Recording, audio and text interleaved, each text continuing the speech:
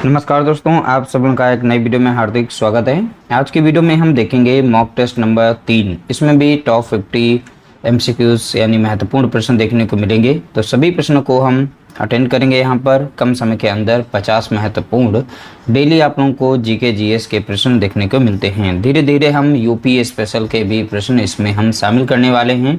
तो जो भी मॉक टेस्ट हमारा या प्रैक्टिस सेट कह लीजिए, इसमें आप लोगों को महत्वपूर्ण ही प्रश्न देखने को मिलेंगे। तो चलिए वीडियो को स्टार्ट करते हैं और अपना स्कोर बताइएगा कमेंट करके कितने आपके प्रश्न सही हो पा रहे हैं।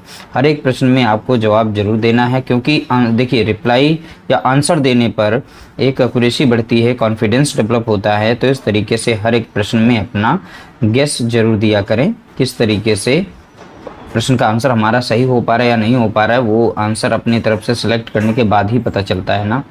जैसे यहाँ पर दिया गया है, नीति आयोग के प्रथम उपाध्यक्ष कौन थे। तो नीति आयोग के प्रथम उपाध्यक्ष का नाम पूछा गया है, तो कौन थे इसमें। क्वेश्चन नंबर 1 का यहाँ पे करेक्ट आंसर हो जाएगा ऑप्शन सी हो जाएगा, अरविंद पनगड़िया। याद रखिएगा, ऑप्शन सी यहाँ पर करेक्ट आंसर होगा। ये 2015 की अगर सन पूछा जाएगा तो 2015 इसमें बताना है। बाकी यहाँ पर अक्सर जो पूछा जाता है प्रश्न, तो यही पूछा जाता है। कई बार अलग अलग एग्जाम में पूछा गया, इसलिए यह महत्वपूर्ण था, इसको भी हमने यहाँ पर शामिल किया है। अगला प्रश्न देखेंगे, प्रश्न संख्या 2। कौन सा यंत्र रासायनिक ऊर्जा को विद्युत ऊर्जा में परिवर्तित करता है। तो आपको यंत्र इसमें से बताना है जो रासायनिक यानी केमिकल एनर्जी को विद्युत यानी इलेक्ट्रिकल एनर्जी में कन्वर्ट करता है। तो रासायनिक ऊर्जा को विद्युत ऊर्जा में परिवर्तित करता है।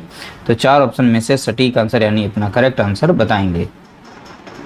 सबसे अच्छा इसमें बेस्ट ऑप्शन जो दिया गया है वो दिया गया है विद्युत सेल। जो घर में जो घड़ी में सेल पड़ता है, आपके रिमोट में जो सेल पड़ता है, उसमें एक रासायनिक ऊर्जा होती है, उसी से हमें इलेक्ट्रिसिटी मिलती है। तो रासायनिक ऊर्जा को विद्युत ऊर्जा में परिवर्तित करता है। ठीक है। बाकी डायनेमो जो है ये मैकेनिकल एनर्जी को यानी हाथ से घुमाने पर बाद में एनर्जी जनरेट करता है। इसी तरीके से ये सब अलग अलग हैं। यहाँ पर सोलर एनर्जी दिया गया है यानी सूर्य ऊर्जा से बनाता है। ठीक है। प्रकाश को वो स्टोर करता है, वो अलग है। तो सबसे बेस्ट जो उदाहरण यहाँ पे दिया गया था वो ऑप्शन डी था। अगला प्रश्न देखेंगे, प्रश्न संख्या 3। यांत्रिक ऊर्जा को विद्युत ऊर्जा में बदलने वाले उपकरण को क्या कहा जाता है। यांत्रिक ऊर्जा यानी हमारे मांसपेशियों के द्वारा लगाया जाने वाला बल जो होता है, उससे हम अगर ऊर्जा विद्युत ऊर्जा बना लेते हैं। ठीक है। अब इसका इन चारों में से जो बेस्ट ऑप्शन दिया गया है वो पहला ही ऑप्शन दिया गया है। जैसे विद्युत जनरेटर होते हैं, आपके पास जनरेटर होते हैं जो डीजल से चलते हैं, या हम डायनेमो कह सकते हैं। डीसी मोटर जो होते हैं उन्हें घुमाते हैं। तो देखिए बल्ब अगर छोटा सा हम अटैच कर देते हैं, एलईडी बल्ब उसमें लगा देते हैं, बाद में घुमाते हैं कस के, तो वो विद्युत यानी बिजली जनरेट करता है, बल्ब जलने लगता है। तो इसीलिए सबसे बेस्ट जो यहाँ पर दिया गया यांत्रिक ऊर्जा को विद्युत ऊर्जा में बदलने वाला यंत्र, वो यहाँ पर विद्युत जनरेटर था, या फिर आपको ऑप्शन में देखने को मिलेगा डायनेमो। अगला प्रश्न देखेंगे, प्रश्न संख्या 4। विद्युत ऊर्जा को यांत्रिक ऊर्जा में बदलने का कार्य कौन करता है। अब देखिए यहाँ पर उल्टा पूछा गया है, यानी विद्युत ऊर्जा को यांत्रिक ऊर्जा में बदलने का कार्य कौन करता है। तो 4 ऑप्शन में से अपना ऑप्शन सेलेक्ट करेंगे। तो प्रश्न संख्या 4 का यहाँ पे राइट आंसर हो जाएगा ऑप्शन सी हो जाएगा, विद्युत मोटर होता है। जो भी बिजली से चलने वाले मोटर होते हैं उन्हें हम कहते हैं विद्युत ऊर्जा को यांत्रिक ऊर्जा में बदलना। जैसे हम गर्मियों में अपने पंखे चलाते हैं तो उसमें विद्युत ऊर्जा की सप्लाई देते हैं, तब वो बाद में रोटेट करते हुए हमें वो हवा देता है, तो वो यांत्रिक ऊर्जा में परिवर्तित हो रही है। तो विद्युत ऊर्जा को यांत्रिक ऊर्जा में, तो इसका बेस्ट उदाहरण यहाँ पर होगा यानी एक यंत्र होगा वो विद्युत मोटर होता है। अगला प्रश्न देखेंगे, प्रश्न संख्या यहाँ पर है 5। भारतीय संविधान का कौन सा अनुच्छेद विधि के समक्ष समता का अधिकार प्रदान करता है। ठीक है। बहुत ही अच्छा प्रश्न है। प्रश्न संख्या 5 ये बहुत बार अलग अलग एग्जामों में पूछा गया है। क्वेश्चन नंबर 5 का यहाँ पे करेक्ट आंसर हो जाएगा ऑप्शन बी, अनुच्छेद 14 यहाँ पर करेक्ट आंसर हो जाएगा। ठीक है। तो चलिए क्वेश्चन नंबर यहाँ पर 6 को देखते हैं। क्वेश्चन नंबर 6 दिया गया है, भारतीय संविधान में अस्पृश्यता उन्मूलन किस अनुच्छेद में वर्णित है। इंपॉर्टेंट प्रश्न है, आपने देखा ही होगा, आपके पास अगर पीवाईक्यूज की कोई बुक है तो उसमें देखेंगे ऐसे प्रश्न बहुत ही ज़्यादा रिपीट होते हैं। ठीक है, तो आर्टिकल से संबंधित यानी अनुच्छेद से संबंधित प्रश्न बनते हैं और पूछे भी जाते हैं। तो 6 का यहाँ पे राइट आंसर हो जाएगा ऑप्शन सी हो जाएगा अनुच्छेद 17। तो ध्यान रखिएगा अस्पृश्यता उन्मूलन से संबंधित अनुच्छेद कौन सा है, तो याद रखना है, रट के रखना है, अनुच्छेद 17। अगला प्रश्न देखेंगे, प्रश्न संख्या यहाँ पर है 7। संविधान का कौन सा अनुच्छेद प्राण एवं दैहिक स्वतंत्रता का अधिकार देता है?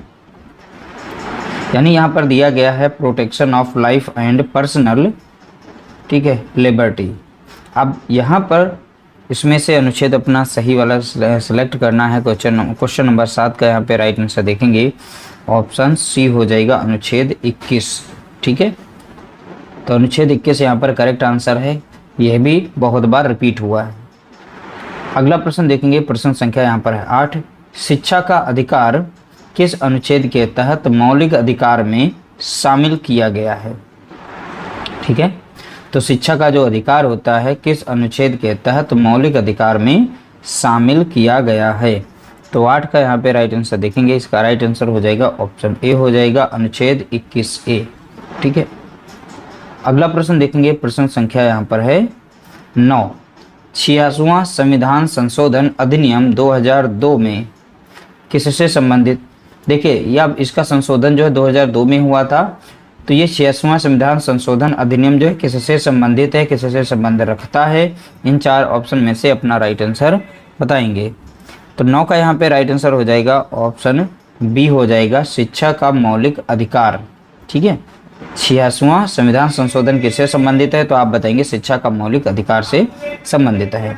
अगला प्रश्न देखेंगे, प्रश्न संख्या यहाँ पर है 10। विटामिन ए का रासायनिक नाम क्या है? अब देखिए, विटामिन से होने वाले रोगों से प्रश्न बनते हैं। अब विटामिन के रासायनिक जो फार्मूले होते हैं उनसे भी प्रश्न बनते हैं। तो यहाँ विटामिन ए का रासायनिक नाम बताना है। 10 का यहाँ पे राइट आंसर हो जाएगा ऑप्शन सी हो जाएगा रेटिनॉल। ठीक है, राइट आंसर क्या होगा? रेटिनॉल हो जाएगा। प्रश्न संख्या 11 का यहाँ पे करेक्ट आंसर देखेंगे। ठीक है, किस विटामिन की कमी से रतौंधी रोग होता है? तो आपको बताना है नाइट ब्लाइंडनेस जो रोग होता है किसकी कमी के कारण होता है? तो 4 ऑप्शन में से यहाँ पर सटीक आंसर बताएंगे। तो 11 का राइट आंसर हो जाएगा ऑप्शन सी हो जाएगा। जब हमारे शरीर में विटामिन ए की कमी हो जाती है तो विटामिन ए की कमी से होने वाला रोग जो है वो है रतौंधी, यानी रात को कम दिखाई पड़ना। अगला प्रश्न देखेंगे, प्रश्न संख्या 12। विटामिन सी का रासायनिक नाम क्या है? अब देखिए, विटामिन सी का यहाँ पे रासायनिक नाम लिया गया है, तो आपको बताना है इसमें से सटीक आंसर। तो 12 का इन 4 में से जो राइट आंसर हो जाएगा ऑप्शन बी हो जाएगा एस्कॉर्बिक एसिड। तो विटामिन सी का रासायनिक नाम क्या है, केमिकल फार्मूला? तो आप बताएंगे एस्कॉर्बिक एसिड। अगला प्रश्न देखेंगे, प्रश्न संख्या है 13। स्कर्वी रोग किस विटामिन की कमी के कारण होता है? तो आपको यहाँ पर बताना है स्कर्वी रोग किस विटामिन की कमी के कारण होता है। तो 13 का यहाँ पे राइट आंसर हो जाएगा ऑप्शन सी हो जाएगा। ठीक है, ऑप्शन सी राइट आंसर होगा। अगला प्रश्न देखेंगे, प्रश्न संख्या यहाँ पर है 14। विटामिन डी की कमी से बच्चों में कौन सा रोग हो जाता है? तो आपको यहाँ पर बताना है विटामिन डी की कमी से बच्चों में कौन सा रोग होता है। अब बच्चों में कहे या सीधा सीधा यूँ पूछ सकता है विटामिन डी की कमी के कारण होने वाला रोग कौन सा है? तो देखिए, 14 का यहाँ पे राइट आंसर हो जाएगा ऑप्शन बी हो जाएगा रिकेट्स रोग होता है, जिसे हम सूखा रोग के नाम से जानते हैं।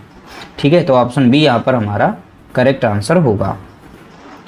अगला प्रश्न देखेंगे, प्रश्न संख्या 15।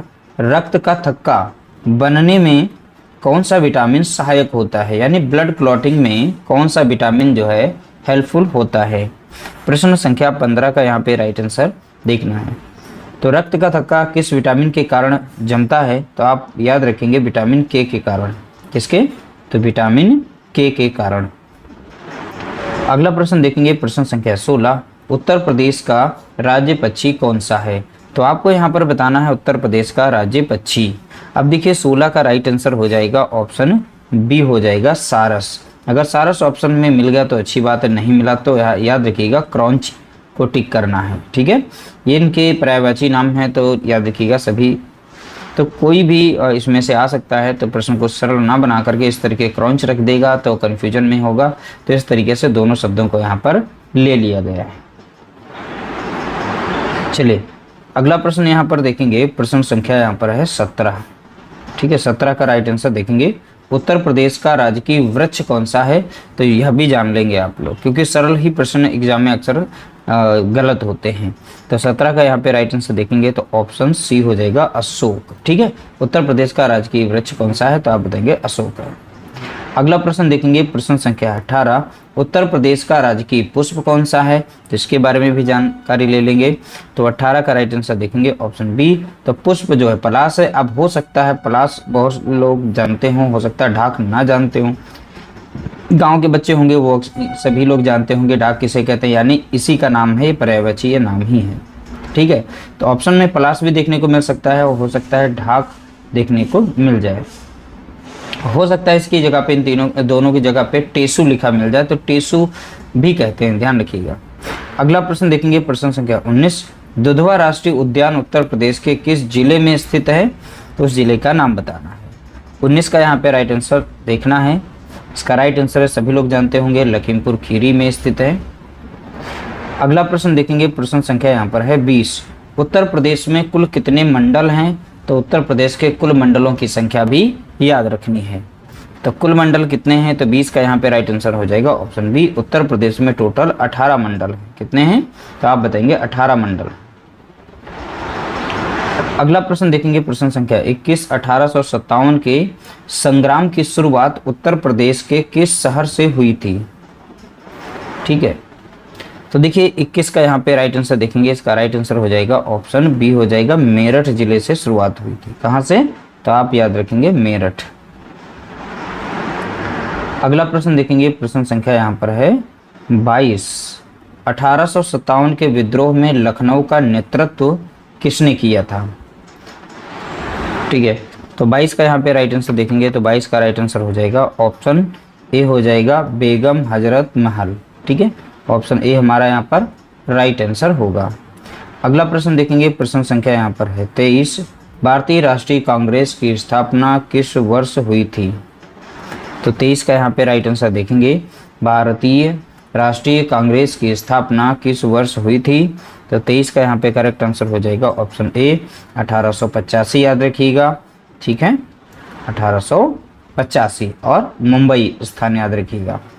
अगला प्रश्न देखेंगे, प्रश्न संख्या यहाँ पर है 24, भारतीय राष्ट्रीय कांग्रेस के प्रथम अध्यक्ष कौन थे। अब बात करें यहाँ पर प्रथम अध्यक्ष का नाम पूछा गया है, तो अध्यक्ष का यहाँ पर नाम बताएंगे। ठीक है, इंपॉर्टेंट है। तो 24 का यहाँ पे करेक्ट आंसर देखेंगे तो ऑप्शन बी हो जाएगा, व्योमेश चंद्र बनर्जी, ये प्रथम अध्यक्ष थे, याद रखिएगा। अगला प्रश्न देखेंगे, प्रश्न संख्या 25, चंपारण सत्याग्रह किस वर्ष हुआ था, तो किस सन में हुआ था। तो 25 का यहाँ पे राइट आंसर ऑप्शन बी हो जाएगा, 1917। तो चंपारण सत्याग्रह कब हुआ था, तो आप बताएंगे 17 में हुआ था। अगला प्रश्न देखेंगे, जलियांवाला बाग हत्याकांड किस तिथि को हुआ था। ठीक है, और डेट याद रखनी है। तो 26 का यहाँ पे राइट आंसर हो जाएगा ऑप्शन ए, 13 अप्रैल 1919। ठीक है, 1919 में भी है बट 15 अगस्त दे रखा है, तो 13 अप्रैल 1919 में हुआ था। अगला प्रश्न, ये डेटें याद रखिएगा, इंपॉर्टेंट हैं। चौरी चौरा कांड किस वर्ष हुआ था। तो 27 का यहाँ पे राइट आंसर अपना सेलेक्ट करेंगे, तो 27 का राइट आंसर हो जाएगा ऑप्शन बी हो जाएगा, 1922। तो राइट आंसर क्या होगा, तो आप बताएंगे 1922। ठीक है, चलिए अगला प्रश्न यहाँ पर देखेंगे। अगला प्रश्न, महात्मा गांधी ने करो या मरो का नारा किस आंदोलन के दौरान दिया था। ये पूछा जा सकता है, किस आंदोलन के दौरान दिया जा सकता है, दिया गया था ये। देखिए 28 का यहाँ पे करेक्ट आंसर हो जाएगा ऑप्शन सी हो जाएगा, भारत छोड़ो आंदोलन के दौरान करो या मरो का नारा दिया था। अगला प्रश्न देखेंगे, प्रश्न संख्या है 29, भारत में चिपको आंदोलन के प्रमुख नेता कौन थे। अब चिपको आंदोलन की शुरुआत कौन से राज्य में या किस राज्य में हुई थी, ये भी याद रखना है। ठीक है, तो 29 का राइट आंसर हो जाएगा ऑप्शन बी, सुंदरलाल बहुगुणा। ठीक है, उत्तराखंड याद रखिएगा, उत्तराखंड याद रखना है। अगला प्रश्न देखेंगे, इंपॉर्टेंट प्रश्न है, बहुत बार पूछा गया। ओजोन परत वायुमंडल की किस परत में पाई जाती है? तो ओजोन परत, ओजोन का फार्मूला याद रखिएगा, O3 लिख करके दे सकते हैं। लिखेंगे O3 वायुमंडल की किस परत में पाई जा सकती है। एग्जामिनर किसी भी तरीके से बना सकता, हो सकता है ये फार्मूला यूज कर ले, हो सकता है ओजोन लिख दे। ठीक है, तो 30 का यहाँ पे राइट आंसर देखेंगे, इसका राइट आंसर हो जाएगा ऑप्शन बी, समताप मंडल। अब समताप मंडल हो सकता है हिंदी में दे दे, हो सकता है इसी को हिंदी में लिख दे स्ट्रेटोस्फेयर, तो इससे भी याद रखना है, विद स्पेलिंग भी याद रखना है और हिंदी में भी याद रखना है। अगला प्रश्न देखेंगे, प्रश्न संख्या है 31, अंतर्राष्ट्रीय जैव विविधता दिवस कब मनाया जाता है? तो 31 का यहाँ पे राइट आंसर हो जाएगा ऑप्शन सी हो जाएगा, 22 मई को। तो अंतर्राष्ट्रीय जैव विविधता दिवस कब मनाया जाता है? तो आप बताएंगे प्रतिवर्ष 22 मई को मनाया जाता है। अगला प्रश्न देखेंगे, प्रश्न संख्या है 32, विश्व जल दिवस किस दिन मनाया जाता है? ठीक है, तो 32 का यहाँ पे राइट आंसर देखेंगे तो ऑप्शन ए हो जाएगा 32 का, और यानी प्रतिवर्ष 22 मार्च को विश्व जल दिवस के रूप में मनाया जाता है। अगला प्रश्न देखेंगे, प्रश्न संख्या यहाँ पर है 33। देखिए, काजीरंगा राष्ट्रीय उद्यान किस राज्य में स्थित है और किसके लिए प्रसिद्ध है? ठीक है, तो 33 का यहाँ पे राइट आंसर देखेंगे, 33 का राइट आंसर है ऑप्शन ए, यह असम राज्य में स्थित है या एक सींग वाले गैंडे के लिए प्रसिद्ध है। यूपी टिट में यह प्रश्न बहुत ही ज़्यादा रिपीट हुआ था।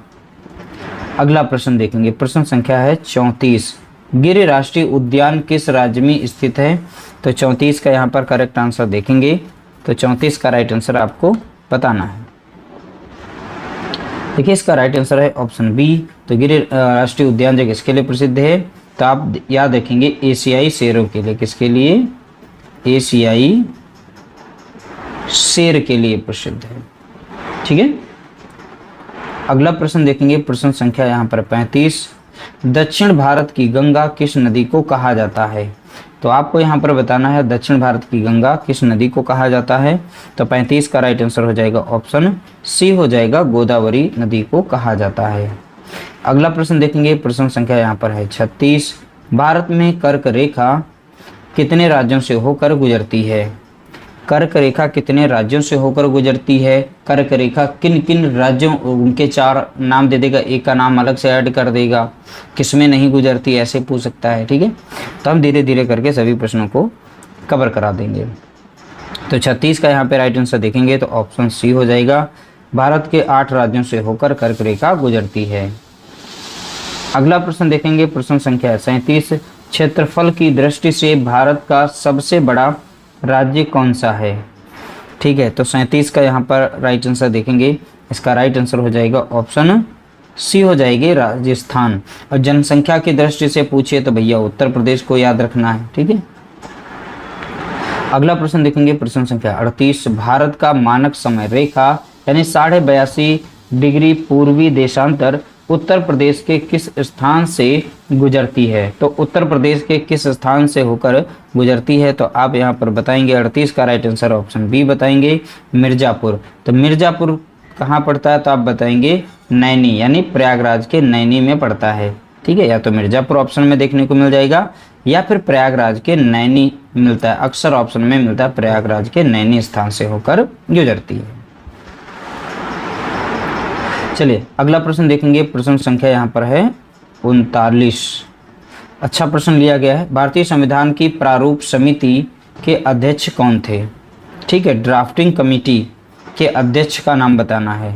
39 का यहाँ पर करेक्ट आंसर देखेंगे, राइट आंसर हो जाएगा डॉक्टर BR अम्बेडकर जी। अगला प्रश्न देखेंगे, प्रश्न संख्या 40, संविधान की आत्मा किसे कहा जाता है? तो आपको बताना है संविधान की आत्मा किसे कहा जाता है।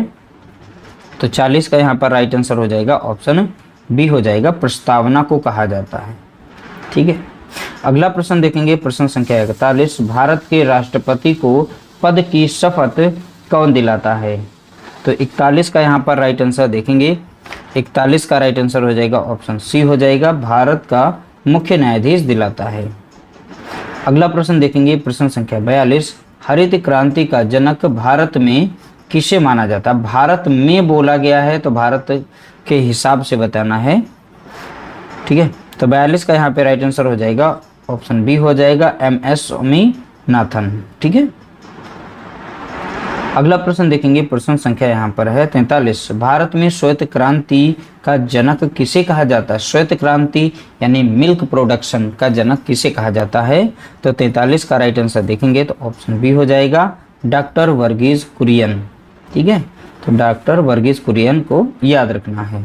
अगला प्रश्न देखेंगे, प्रश्न संख्या 44, नीति आयोग की स्थापना किस वर्ष की गई थी? तो आप यहाँ पर बताएंगे नीति आयोग की स्थापना किस वर्ष की गई थी।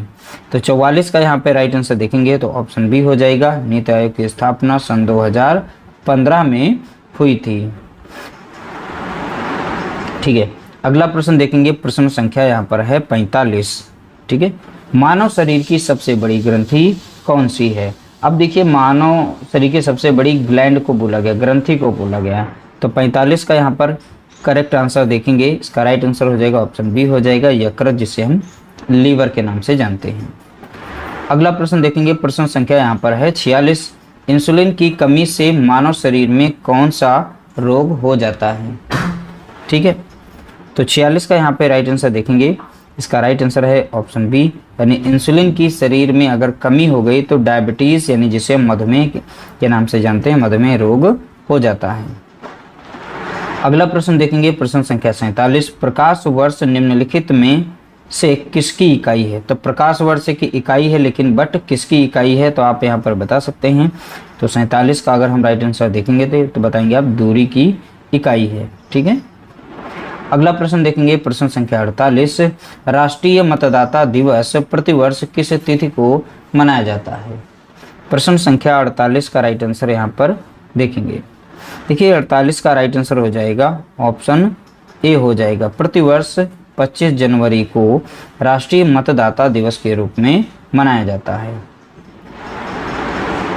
ठीक है।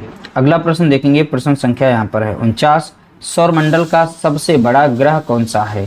तो आपको यहाँ पर बताना सौरमंडल का सबसे बड़ा ग्रह कौन सा है, ठीक है। तो देखिए 49 का राइट आंसर हो जाएगा ऑप्शन बी हो जाएगा बृहस्पति ग्रह है, ठीक है। सबसे छोटा पूछे तो आपको बुध को बताना है।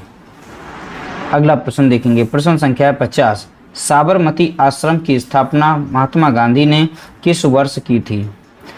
तो याद रखिएगा, इंपॉर्टेंट है आश्रम, और किस सन में हुई थी, सन याद रखिएगा। तो 50 का राइट आंसर हो जाएगा 1917 याद रखिएगा। तो 1917 में साबरमती आश्रम की स्थापना महात्मा गांधी के द्वारा की गई थी। इस तरह से 50 महत्वपूर्ण प्रश्नों को हमने देखा है। उम्मीद करते हैं वीडियो आप लोगों को अच्छी लगी होगी, वीडियो पसंद आई होगी। वीडियो अगर अच्छी लगे तो वीडियो को लाइक करना और शेयर करना। मिलते हैं नए वीडियो के साथ, तब तक के लिए नमस्कार, जय हिंद, जय भारत।